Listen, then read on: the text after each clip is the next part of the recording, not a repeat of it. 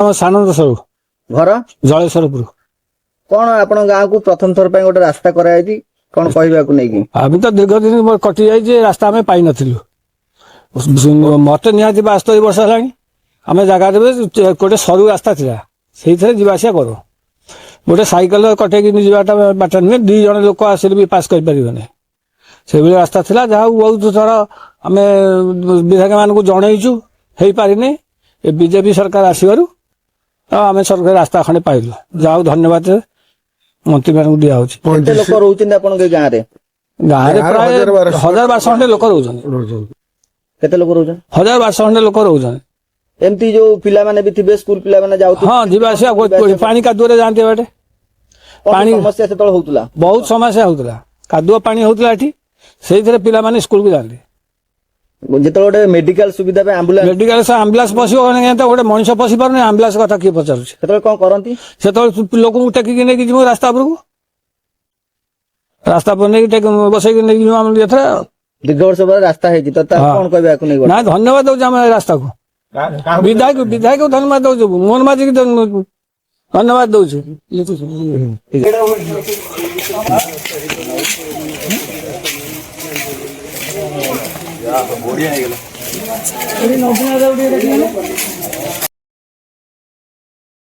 प्रहलाद स्वाई घर जलेश्वरपुर ग्राम पंचायत उत्तर प्रताप देखो विगत मो जन्म तो नथिला एति तो रास्ता आम है बहुत लोक मैंने बहुत कष्ट माने विगत बोधे मत पाखापाखि 35 वर्ष है रास्ता हो पार नाला माने जिते विजु जनता दल से माने बहुत माने रास्ता टे प्रयास भी करनथिले जिते भारतीय जनता पार्टी सरकार पाख विगत 15 मास हम आम बहुत विधायक जाई कहलु जे आज्ञा टे रास्ताटा आमर बहुत समस्या आम एम्बुलेंस टे नहीं पारनु रास्ता टे आमर लोक मैंने चलाचल करने बहुत असुविधा होची विधायक प्रतिश्रुति देते जे आपनकर रास्ता निश्चित हम से धन्यवाद दूसरी माननीय विधायक को हिमांशु शेखर साहू के रास्ता आज बहुत खुशी लोक मैंने बहुत प्रचलित कर नुआ रास्ता से बहुत बहुत धन्यवाद आ मोहन माझी मुख्यमंत्री मोहन माझी की प्लस आ विधायक आमर हिमांशु शेखर को बहुत बहुत धन्यवाद जे लोकों समस्या बुझी आज धर्मधरा गोटे माने उल्लसित गाँ गोटे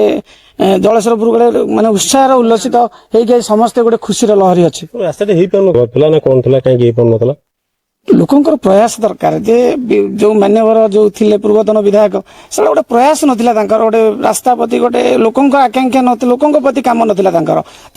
केमिति निजे चलिबे निजे कि कौन करिवे से ऊपर थिला किंतु लोकंक दुख बुझिया को ए धर्मशाला रे जणे आछंती से होची हिमांशु शेखर साहू लोकंकर समस्या जे रास्ता दे पारिबो घरटे दे पारिबो सेमिति से विधायक सेति पई आज हमें बहुत तांको धन्यवाद दउची जलेश्वरपुर गाँ उत्तर पंचायत माने बहुत बहुत धन्यवाद हिमांशु शेखर साहू को आज माने जलेश्वरपुर गाँ आज गोटे रास्ता की निर्माण कर बहुत खुशी अच्छा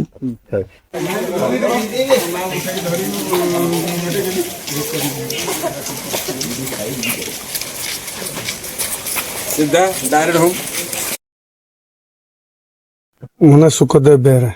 घर जलेश्वरपुर उत्तर प्रताप दीर्घ 70 वर्ष है रास्तार लोक यातायात करने गोटे सिंगल साइकिल जीवा भारी मुस्किल होता पानी कादुआ जाऊले कौन बर्तन बर्तमान ये तो हूँ कांग्रेस अमलर 35 वर्ष विजु जनता दलर 25 वर्ष शासन काल विकसित विकसित कहते देखला लोक मैंने पानी कादुआ जावा आसिया करुले खाली ना को मात्र डिंडीप पिटुले आम विकास करुचु किंतु निजर से माने विकास करुले किंतु गाँव कौन जनसाधारण उपकृत होन किंतु स्कूल को पिला छुआ गला बेले कादुआ भी जाऊले गर्भवती स्त्री लोक मान कथा न कहवा भल जाओ मान्यवर मुख्यमंत्री मोहन माझी और हिमांशु शेखर साहू को तत्वावधान जाओ आज आम रास्ता खंडे पाइचु बहुत आम आनंदित आ बहुत भी धन्यवाद जनाऊ मो ना लक्ष्मी प्रिया साहू घर कोठी जलेश्वरपुर कौन कहबे आपन गाँव प्रथम थर पे गोटे रास्ता है आम तो शाशु घर को आसला दिन रास्ता नथिला तापर एबे छुआ रास्ता करसंती ଏତିକି ମୁଁ କହିପାରିବି, ଆଉ କିଛି କହିପାରିବିନି। କେମିତି କଣ ଯିବା ଆସିବା କରୁଥିଲେ କଣ? ଆମେ ସେମିତି ଅଳ୍ପ ରାସ୍ତାରେ ଆମେ ଯାଉ, ନଈକି ଗାଧେଇ ଯାଉ ଏଇ ବାଟରେ। ତାପରେ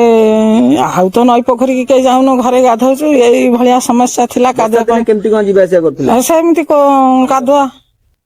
କାଦୁଅରେ ସବୁ ଯିବା ଆସିବା କରୁ, ଏଇଭଳିଆ। କଣ ବର୍ତ୍ତମାନ କହିବେ? ରାସ୍ତା ହେଇଛି, ଧନ୍ୟବାଦ କାହାକୁ? ଧନ୍ୟବାଦ ଯେତେ ସବୁ କରିଛନ୍ତି ସମସ୍ତଙ୍କୁ।